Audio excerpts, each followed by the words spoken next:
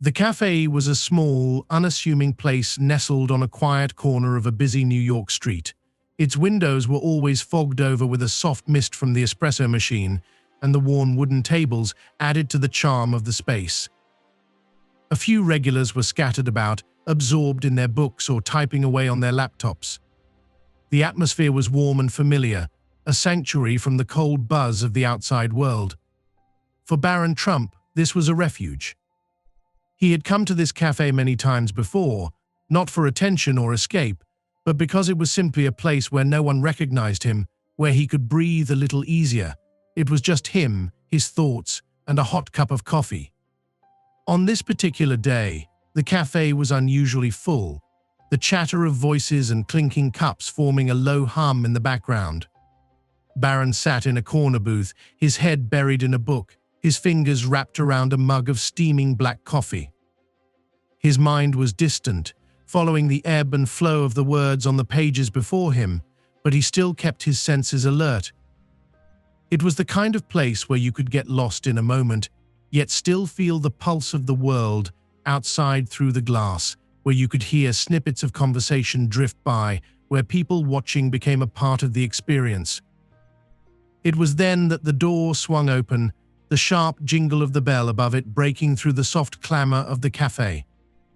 3 bikers strode in, a force of loud energy that instantly disrupted the calm atmosphere. Their leather jackets seemed to consume the dim light of the cafe, their heavy boots thudding on the wooden floor like thunder. They were immediately noticeable, and their presence didn't go unnoticed by anyone in the room. The trio moved with a kind of swagger that was impossible to ignore. The first, a towering man with a scruffy beard and long, untamed hair, had a look of someone who was accustomed to getting whatever he wanted. He was the type of person who didn't just walk into a room, he claimed it. The second biker, shorter but no less imposing, wore sunglasses that hid the sharpness of his gaze, though his posture gave away his air of menace. The third biker was a woman, her leather vest adorned with patches and her hair braided tightly, her face a mixture of toughness and an underlying glint of mischief. They made their way toward the counter, their laughter boisterous and grating, their voices like gravel scraping across the walls. As they ordered their drinks, their conversation grew louder. Barron glanced up momentarily, his eyes narrowing instinctively. He didn't like the way they carried themselves, the kind of arrogance that came from having power over others. There was something about their demeanor that unsettled him, but he didn't think much of it at first. It was just another group of rough, rowdy people passing through. The woman at the counter behind them was clearly trying to keep things professional, but Barron could see the nervousness in her eyes as she took their orders. He watched the interaction in silence, his fingers drumming lightly against the side of his coffee mug. His attention would have drifted back to the book in front of him, but something about the way one of the bikers turned to the rest of the cafe caught his eye. The taller one, the one with the scruffy beard, had turned his attention to a young woman sitting alone at a table near the window. She was immersed in her book, her face soft, her posture relaxed. She hadn't noticed the biker's gaze, nor did she seem to be aware of the attention she was about to attract. The biker leaned back slightly, sizing her up with a look that Barron instantly recognized. It was the kind of stare that didn't just see, but consumed. Barron could feel the tension building in the room, a subtle shift as the biker's buddies noticed where his eyes had landed. The atmosphere in the cafe grew thicker, as if the air had suddenly become heavier, and Barron could almost taste the impending discomfort. The bikers exchanged grins, clearly sensing an opportunity, a moment to make a scene. The woman, unaware of the attention she was now the target of, kept her eyes fixed on the pages of her book, her fingers absent-mindedly adjusting a strand of hair that had fallen over her face. Then, without warning, the biker pushed his way through the small crowd toward the young woman's table. He reached out, his hand resting heavily on the back of the chair she was sitting in. His shadow loomed over her, the scent of leather and stale smoke wafting into the air. She looked up slowly, her expression unreadable, but her eyes betrayed a flicker of unease as she met his gaze. The biker's grin stretched wider, a grin that didn't reach his eyes, the kind of grin that promised trouble. For a moment, everything in the cafe seemed to slow. The clatter of coffee cups, the hum of the espresso machine, the murmur of conversation, all of it faded into the background. Barron's eyes were locked on the scene unfolding before him, a knot tightening in his stomach. It wasn't just the biker's words or his proximity to the woman that bothered him, it was the way he moved, the way his body language seemed to scream entitlement, as if he believed he could take whatever he wanted without consequence. The woman shifted uncomfortably in her seat, her book momentarily forgotten in her hands. Barron's grip on his coffee mug tightened, his brow furrowing as the situation grew more tense. It was at that moment that Barron realized the bikers weren't just looking for trouble, they were actively searching for someone to dominate, to humiliate. He had seen this kind of behavior before, a certain kind of cruelty that was masked by a veneer of confidence and power. Barron could feel the weight of the moment hanging in the air, thick with the promise of something darker. His fingers itched with the desire to act, but he stayed still, waiting to see what would happen next. He couldn't help but wonder if anyone else would step in. The rest of the cafe seemed to have shifted into a kind of nervous stasis, all eyes furtively glancing at the scene, none willing to intervene. And then, as if sensing the opportunity slipping through his fingers, the biker reached for the woman's drink, knocking it slightly to one side with a deliberate force.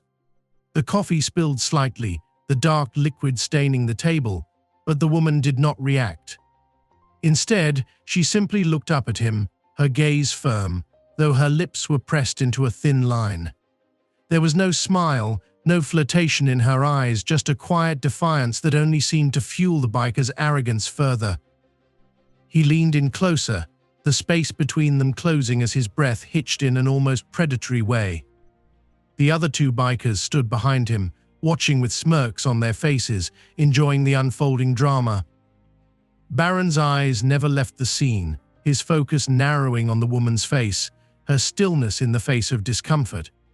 Something about it made him uneasy, and for the first time, he felt a tug to do something, anything.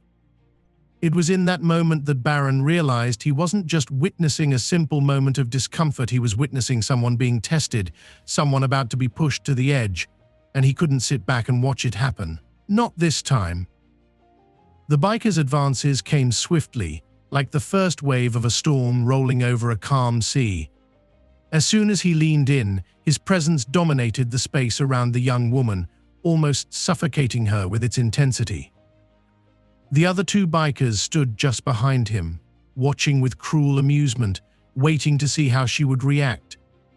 For a moment, the cafe seemed to hold its breath, the ambient noise of clinking cups and murmurs of conversation fading into a distant hum, leaving only the sharp tension hanging thick in the air. She didn't flinch, her eyes still locked on him, her body unmoving. Barron could sense her discomfort, but it wasn't panic. No, it was something more contained, more deliberate. It was a kind of restraint, the kind that comes from experience. She had been here before, perhaps not in this exact situation, but in others where people tried to push boundaries and cross lines. There was an edge to her silence, a warning, but the biker didn't seem to pick up on it. He was emboldened by the challenge in her calm, as if it was an invitation rather than a deterrent. The biker leaned in further, his thick hand resting casually on the back of her chair, the grip tightening ever so slightly, as though marking his territory. He was towering over her now, his breath heavy with the stench of alcohol and tobacco, invading her personal space with an aggression that bordered on suffocating. He could feel the heat radiating from her, the pulse of her heart beating just beneath her skin, but instead of backing off, his movements became more deliberate, more imposing. He smiled, or perhaps sneered would be the better word, as though he found some perverse pleasure in her inability to escape. The other two bikers exchanged glances, the tension between them palpable. This was what they had been waiting for. This was the game they liked to play. The woman's fingers tightened on her book, almost to the point where it seemed like she was gripping it for dear life, but she didn't react. Her posture remained rigid, her shoulders squared, a small but noticeable shift that spoke volumes. Barron noticed the subtle signs: her jaw set just a little harder, her eyes narrowing with a quiet fury, the way she inhaled, slow and controlled, as though she was preparing for something she knew was coming. But still, she didn't speak. And the biker took that as an invitation to press harder, to push further. With a laugh, he reached out and grabbed her book, pulling it from her hands with a swift motion. The woman didn't resist. She didn't even flinch. The biker now held the book aloft in one hand, mocking her with its pages fluttering in his grip, but still she didn't speak, didn't make a move to reclaim it. It was as if she had decided, in that moment, to let him make the first move, to see if he would go too far. And Barron could see that she was prepared to deal with whatever came next, no matter how much he wished she didn't have to. The biker's grin deepened as he mocked her, holding the book like a trophy. His voice was low and predatory, a growl beneath his words that suggested he wasn't used to being ignored. "What's the matter? Cat, got your tongue?" He taunted, his eyes now darting between her and the group of people sitting nervously at nearby tables. The rest of the cafe's patrons were too timid to intervene, too hesitant to break the unspoken rule that they should stay out of it. Barron could feel the weight of their collective silence pressing down on him, but he didn't look away. He couldn't. The scene was unfolding right before him, too close for comfort, and he could feel the anger building in him. The woman's lips barely parted, but she didn't speak. Instead, she lifted her gaze slowly, her eyes dark and steady, locking with his. There was a moment, a heartbeat of quiet, in which it seemed like the world had stopped spinning. It was the kind of stare that disarmed people, a quiet storm beneath the surface that warned of the potential for something far worse if they pushed too hard. But the biker wasn't looking for peace or retreat, he was looking for control. He wanted her to react, wanted to break her calm, and so, with a smirk that never reached his eyes, he threw the book down onto the table, his hand slapping it with exaggerated force, as though to demonstrate his power over her. The woman didn't flinch. Her lips pressed into a thin line, her eyes never leaving his. Barron saw the muscle in her jaw tighten, but she still didn't speak. It was like watching someone hold their ground against an unstoppable force, and Barron could feel a knot tightening in his chest. He had been watching for too long, waiting for someone to step in, for someone to do something, and yet nothing happened. The cafe remained frozen, as if the universe itself had decided to let the drama unfold and see what would come of it.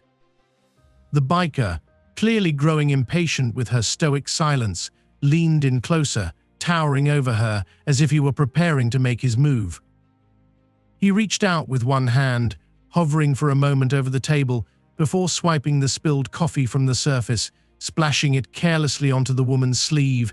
His actions were deliberate, cruel even, but there was something else in the air now, something darker. Barron could see the shift in the woman's expression, the subtle change as the last of her patience began to erode. There was a fire there now, something more than mere discomfort. But still, she didn't speak. Barron was close now, too close to ignore. His fingers were tense on the edge of his coffee mug, his mind racing. He had already made a decision without fully realizing it. This wouldn't stand. He couldn't let it go on. And yet, as much as he wanted to intervene, as much as the anger swelled in him, he knew he had to wait for the right moment. The biker was now so close that Barron could see the beads of sweat dotting his forehead, the smugness in his posture shifting ever so slightly, like a predator sensing the first sign of resistance. Barron could feel the storm about to break, but for now the stillness remained, the tension hanging just beneath the surface. The next move, Barron knew, would come soon. But the question was who would make it. The tension in the cafe was so thick it felt like the walls might crack under the weight of it. Barron's mind was racing now, his every instinct telling him that if he didn't intervene, things were going to escalate in ways he couldn't predict. The air felt charged with a dangerous energy, and the woman, despite her calm, was now surrounded by a storm that she couldn't fight alone. The bikers, now pushing their advantage, seemed to sense it too, this strange, unseen turning point where things could go from bad to worse in an instant. Barron felt the anger rise in him, cold and sharp, a quiet kind of fury that wasn't born from loud bravado, but from a deep-rooted sense of justice. He had been sitting in the corner booth, watching, waiting for something to change, but the longer he sat there, the more the realization grew that he had to be the one to change it. He stood up abruptly, the sound of the chair scraping against the floor slicing through the thick atmosphere like a knife.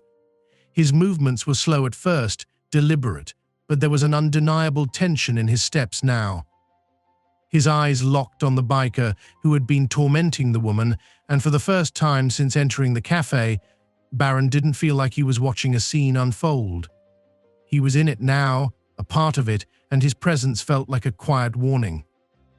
As Barron moved closer, he was aware of every eye in the room turning toward him. The bikers hadn't noticed him yet, lost in their petty cruelty. The woman's gaze flicked briefly to Barron, but she didn't say anything, didn't ask for help. He could see that she wasn't looking for a white knight to ride in and save the day. But she needed something, or perhaps someone, to break the cycle of harassment, to show her that there were still people who wouldn't stand by while this kind of thing went on. Barron could feel his heart pounding in his chest, the rhythm steady, focused. His breath was shallow, almost imperceptible, but his body was alert, every muscle coiled tight as he moved closer to the biker. The moment he was within range, Barron didn't hesitate. He placed his hand firmly on the shoulder of the biker who had been leaning over the woman, his fingers curling around the leather jacket with a force that was both measured and precise. It wasn't a shove, but a deliberate push, a way to get the biker's attention without relying on brute force. The biker's body stiffened at the contact, his whole posture shifting from overconfidence to surprise, his gaze snapping up to meet Barron's. The air between them crackled with immediate tension, and for a brief second, the noise of the cafe seemed to disappear entirely, leaving just the two of them standing there in a moment of pure intensity. Barron's voice was low, but it carried. There was no anger in it, at least, none that could be heard, but there was an unmistakable firmness, a calm that told the biker that this wasn't a request. It was a statement. Barron's eyes never left his. He didn't need to say much more than that. The message was clear. The biker stared at him for a long beat, his expression shifting from confusion to hostility, but still, Barron didn't move. He simply stood there, unmoving, unflinching, and let the moment stretch out. The biker's lips curled into a sneer, but instead of responding with words, he shoved Barron's hand off his shoulder with a sharp jerk. It was a challenge, a declaration that he wasn't afraid, but Barron wasn't intimidated. The biker was bigger, older, and no doubt accustomed to pushing people around, but Barron was faster, more controlled. The biker took a step forward, preparing to escalate the situation with a shove of his own. But Barron anticipated it. As the biker moved, Barron sidestepped with fluid precision, his body a step ahead, and in that instant, he seized the biker's wrist, twisting it behind his back, with an ease that was almost unsettling. The biker grunted, trying to jerk away, but Barron's grip tightened, and for the first time since walking into the cafe, the biker realized that this wasn't some naive kid who would fold under pressure. Barron didn't need to raise his voice, didn't need to make a grand gesture. All he needed was control. And in that moment, Barron had it. The biker's face flushed with frustration as he struggled, but Barron remained calm, his body a stark contrast to the panic starting to bloom in the biker's chest. Barron's other hand moved swiftly, placing it on the biker's elbow, pulling the arm even further behind him, the pressure mounting just enough to make the man hiss through clenched teeth. The room seemed to hold its breath as Barron continued to maintain the hold, his eyes never leaving the bikers. The other two bikers began to shuffle uncomfortably, glancing at each other, unsure of whether to intervene or back off. They had been expecting a fight, sure, but this was something different. Barron wasn't just standing up for the woman, he was standing his ground, pushing back with a confidence that none of them had anticipated. It was as if they had underestimated him, and the realization was dawning on them in real time. The woman, still sitting quietly at her table, was watching now. Barron could feel her eyes on him, steady and calm. But there was something else in her gaze too. Something that told him she wasn't just relieved that someone had stepped in, she was impressed. And it gave him the strength to push through. He didn't release the biker's arm immediately though. He kept it in place, using the leverage to maintain control while he spoke, his voice still cool, still steady, but carrying the weight of authority that didn't need to shout. The tension in the cafe had reached its peak. The rest of the patrons were watching in stunned silence, not sure if this was a spectacle or a crisis. The two other bikers stood frozen, sizing Barron up, clearly weighing their options. Barron didn't back down, didn't flinch. He kept his body language open but assertive, making it clear that he wasn't going anywhere, and neither was the biker who was still struggling in his grip. Finally, after what felt like an eternity, the biker stopped fighting it. He wasn't going to win this. His shoulders sagged in resignation, the tension draining from his body as he realized he had been bested. Barron, sensing the change, slowly released the hold, stepping back just enough to give the biker space. But his gaze never wavered, and the bikers, now thoroughly cowed, exchanged a few tense glances. The silence in the cafe was deafening. Without another word, the bikers slowly backed away.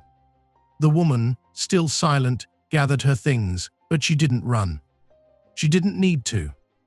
Barron had already proven that sometimes courage was enough to end the threat. As the bikers turned to leave, their pride shattered, Barron stood there, quietly watching them go.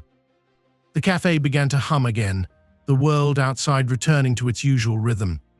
But for Barron, something had shifted in that space, something unspoken, something that made all the difference. The moment the biker's shoulder slammed into Barron's chest, the atmosphere shifted, snapping into a new, more dangerous rhythm. It wasn't a casual shove, but a direct, forceful challenge, a statement that the biker wasn't going to back down. Barron's body absorbed the impact, but he didn't stumble. His feet were planted firmly on the floor, his body poised in readiness, his mind already moving faster than his opponent's. The air between them crackled as the biker squared his stance, his eyes blazing with the promise of violence. Barron's pulse quickened, but his movements were still calm, controlled, each one a deliberate response to the biker's aggression. Without hesitation, Barron swept his leg in a smooth arc, sidestepping the biker's next move. The biker swung his fist in retaliation, aiming for Barron's head, but Barron anticipated the punch, ducking just low enough for the blow to skim harmlessly over him. The biker's momentum carried him forward, his body exposed for a split second, a moment Barron didn't waste. He lunged, grabbing the biker's wrist with a quick, precise motion, twisting it in one fluid motion to force the arm behind his back. The biker let out a sharp grunt, his expression contorting in pain as Barron tightened his grip, using the biker's own force against him. But even as Barron took control of the situation, he could feel the biker's strength and desperation. This wouldn't be over quickly. The two other bikers moved, clearly ready to jump in, but Barron's sharp gaze stopped them cold, a warning in his stance that made them hesitate. The first biker struggled, trying to free himself, but Barron's position was too strong, his hold too tight. The fight had only just begun, but Barron knew the moment of vulnerability was his. One misstep, one hesitation, and this clash would spiral into something far more chaotic. The tension that had hung in the air shattered when the first biker, still pinned in Barron's grip, kicked backward with his boot, landing a hard strike to Barron's shin. The impact sent a jolt of pain up Barron's leg, but it was the sudden shift in the biker's attitude that struck harder. His frustration flared into a burst of fury. Barron's hold on the man's wrist wavered for a split second, and that was all it took. The biker twisted violently, managing to break free from Barron's grip with a grunt of effort, and in the same fluid motion, threw an elbow back, catching Barron in the ribs. The force knocked Barron off balance, but he quickly regained his footing, eyes narrowing as the situation escalated. The café, once a sanctuary, was now a battlefield, with the noise around them growing louder, more chaotic. The other two bikers, who had been waiting on the sidelines, now moved forward with purpose, their boots scraping against the floor, their eyes locked on Barron with a dangerous gleam. Barron didn't hesitate. He knew that if he allowed them to corner him, the situation would spiral quickly into something uncontrollable. As the second biker lunged toward him, Barron stepped to the side, feeling the rush of air as the man's fist missed by mere inches. Barron's elbow shot out, striking the man's ribs with a sharp crack, sending him staggering back. He didn't waste a second on the stunned figure, spinning on his heel to face the first biker again, who was now moving in for another punch. The air was thick with the sounds of bodies colliding, of furniture scraping across the floor, and the quick, ragged breaths of all involved. Barron's movements were a blur of speed and precision, but with every move, the stakes grew higher. The bikers weren't backing down, and neither was he. Each blow landed harder, the struggle growing more intense, as though both sides knew they were in a fight for dominance, one that neither could afford to lose. Barron could feel the heat rising in his chest, but he kept his focus sharp, every muscle in his body primed for the next strike. The café was in chaos. Tables were overturned, chairs scattered like dominoes, and the scent of spilled coffee mixed with the acrid tang of sweat and adrenaline.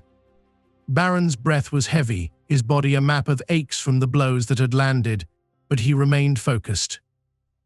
He could feel his muscles burning, his movements slowing, but he refused to give in.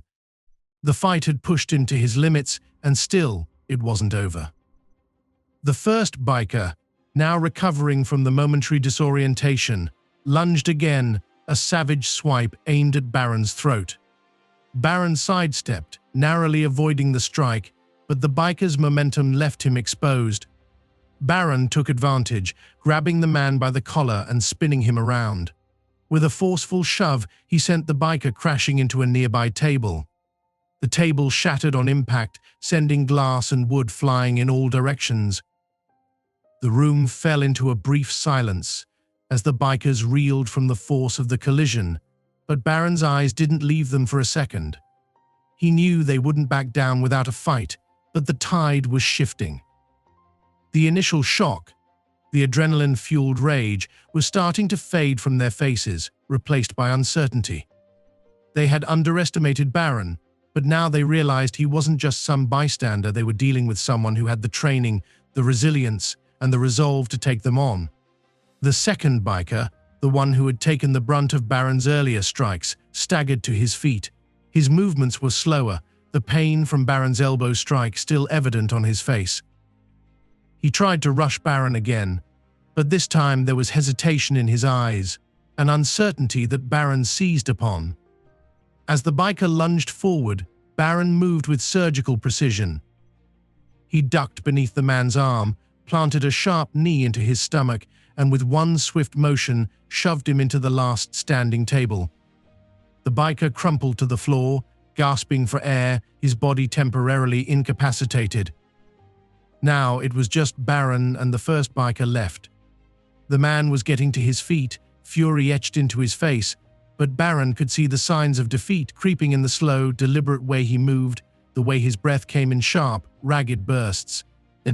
The fight had drained him, but pride, stubbornness, and a bruised ego kept him from retreating.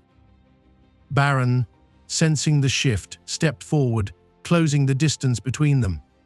The biker's eyes flicked to the others, but they were out of the fight now, incapacitated or too dazed to help. It was just him, just Barron.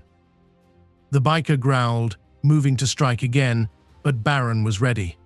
With one swift, fluid motion, he sidestepped the punch and caught the biker's arm mid-swing.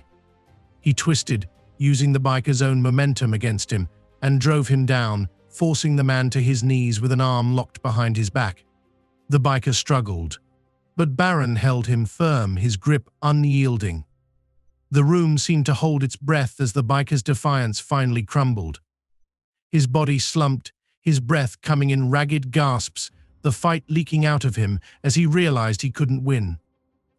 Barron kept the pressure on for a moment longer, his muscles burning from the exertion, but then he relaxed his hold, pulling back just enough to let the biker breathe. For a moment, everything was still silent, except for the heavy breathing in the aftermath. The remaining patrons of the cafe were watching, some with wide-eyed disbelief, others with a quiet respect. No one moved, no one dared to intervene. Barron could feel the weight of their gaze, but he didn't let it distract him. He kept his eyes on the biker, who was now on the ground, shaking but no longer trying to fight back. With a final glance at the others, Barron turned, his muscles sore but his mind clear. The chaos was over. The bikers were defeated, their pride shattered, their dominance broken. They had pushed too far, and Barron had shown them that there were consequences to their actions. Slowly, the first biker pushed himself to his feet, eyes still filled with anger, but also with a measure of respect now. He didn't make a move to challenge Barron again. Instead, he gave a curt nod to his companions, who were struggling to regain their composure, and with a grunt they turned toward the door. The cafe, now quiet except for the soft sounds of cleanup and murmured conversations, seemed to breathe a collective sigh of relief. Barron didn't move for a moment, letting the adrenaline fade from his system. He looked over at the woman, who had remained calm throughout, watching him with an unreadable expression.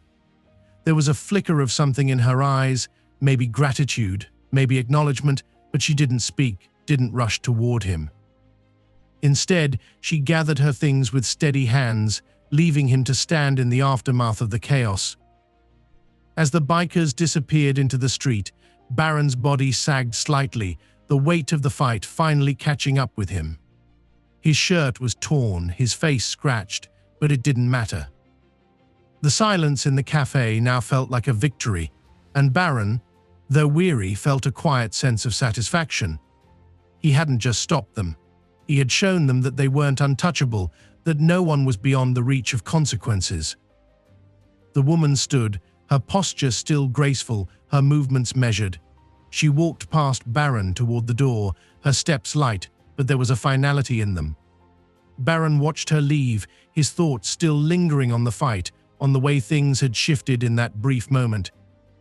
The storm had passed, and in its wake Barron knew he had made a difference, not just by stopping the bikers, but by giving the room back its peace, and by showing that sometimes courage wasn't about fighting the hardest, but standing firm when everyone else was too afraid to act.